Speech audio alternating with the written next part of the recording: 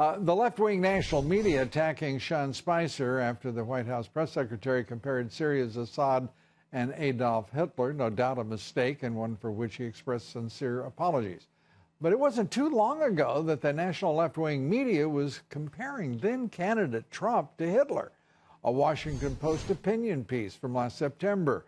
Don't compare Donald Trump to Adolf Hitler. It belittles Hitler. That same month, Newsweek asked, just how similar is Donald Trump to Adolf Hitler? In October, Huffington Post ran an article entitled, Trump and the Slow Crawl of Hitler's Fascism. And this past January, Salon published this. Donald Trump, not exactly Hitler, but his Nazi Germany comments conceal a dark parallel pattern.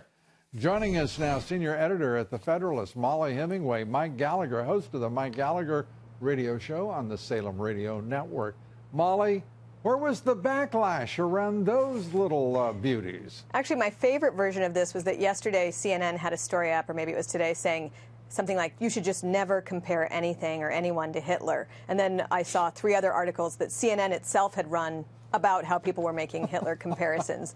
It's absolutely unbelievable that after 2016, when, again, so many people in the media openly stated that Donald Trump was a bigger threat than Hitler himself, that they would now be upset that Sean Spicer inartfully made the point that chemical weapons were not even used on the battlefield by Hitler. Right. I mean, he did a really horrible job saying the point, but it was actually a valid point, yeah, too. but there's nobody, his fiercest critics, no one thinks that he's anti-Semitic. Nobody thinks he intentionally said that. They all know. It's like this giant game they're in, and I think we're getting so fed up with this pretend outrage. It's pretend outrage, and then it becomes a defensiveness on the part of the conservatives when it occurs to them, in which they do fall in line and just simply, roll over and say, well, sorry, but no one says a word about the left. Nobody pushes back. I mean, so either there's going to be, I would just say at this point,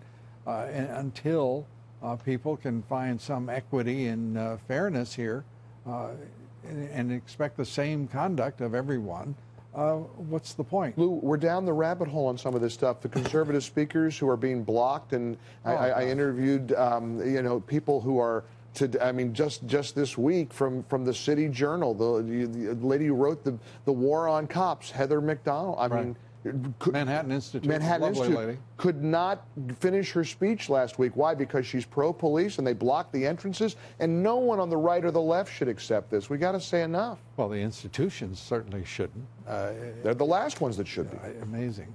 Let's turn to United CEO Carlos Munoz, Mollie.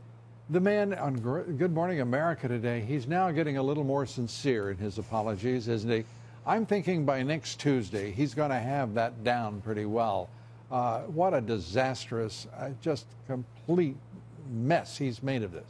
Yeah, it couldn't happen to a nicer airline, and I think that's why it resonated with so many people, the indignity of air travel, and how once you purchase a ticket, airlines act like they can treat you any way they want, particularly some airlines.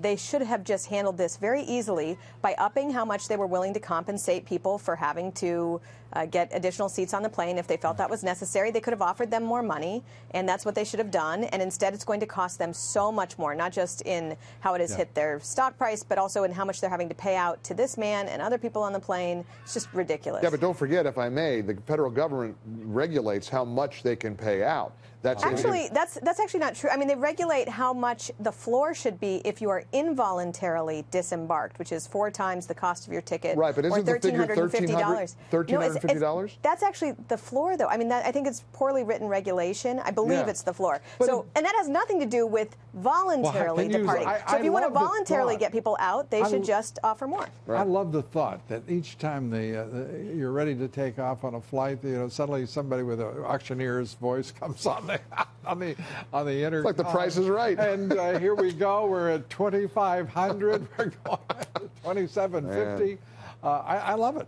But I'll tell you this, it beats the dickens out of this sort of this inhuman concept of, we're pleased to tell you 4 of you have been selected by random computers to to leave the aircraft.